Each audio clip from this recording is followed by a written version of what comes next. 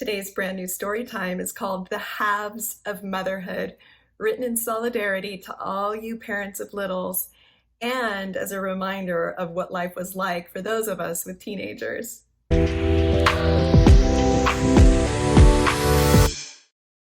So I wrote this a few years back when my kids were 11 and 13. They are 15 and 18 now.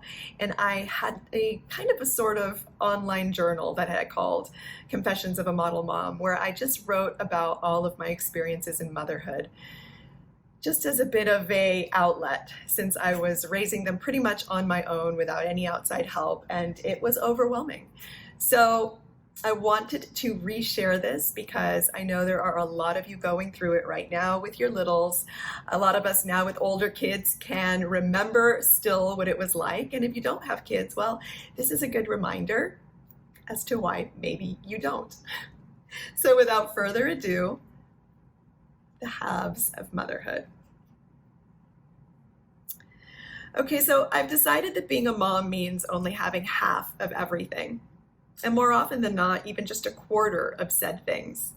At the end of each day, when my kids are asleep and I prepare myself for half a night of slumber, I look back at the preceding 12 hours or so and think how I just can't seem to get anything done in its entirety anymore.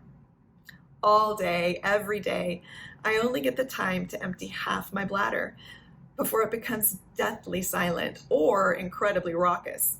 There's never an in-between, and I know that my toddler is cooking up some trouble. I only get to take half a shower more often than I care to admit.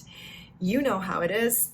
You finally get a few minutes to freshen up because by the grace of the divinities, both kids are napping at the same time, only to hear the baby wake up screaming. So you have to jump out of the shower, dripping wet, with half a leg shaved and shampoo in your eyes before the toddler hears his sister wailing and wakes up in a panic. Because believe me, toddlers woken up from the middle of a nap are a force to be reckoned with. My meals are always left half eaten because God forbid I can get through an entire sandwich or cup of coffee before I'm being hailed with desperation to fix a train track or change a diaper explosion, actually, fit for a hazmat team. I usually only get half dressed when off to run errands with the brood in tow, because how can I be bothered to change completely when I have to make sure that there are enough diapers for the baby and enough snacks for the toddler to make it through half of a marathon grocery trip? Not to mention, I only end up getting half of what was on my shopping list, because halfway through the store, the toddler starts screaming that he's dropped the coveted green gummy bear and is inconsolable. Oftentimes, I only end up getting halfway through an email I'm reading or writing before I have to go play supermom and save the day by rescuing my son from the impending doom of a pinprick-sized spider that happened to make his way into his room. They tell you to sleep when the baby does.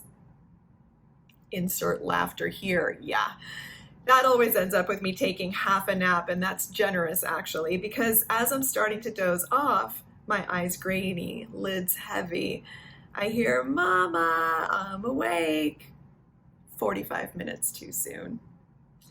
I speak in half sentences to any adult I come across and forget about having any phone conversations.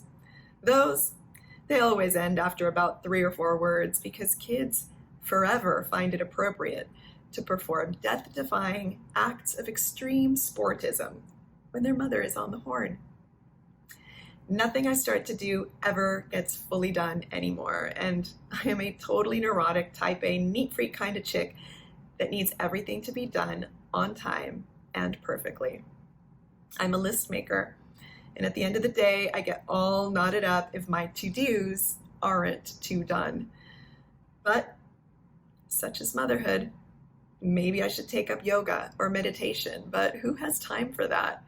Maybe half a session or half a Valium with half a margarita.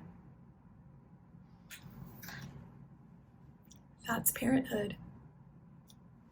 Hope you enjoyed today's story time. Click like, subscribe, and share if you want to keep rewiring adulthood together, or remembering what it was like in earlier parts of your adulthood.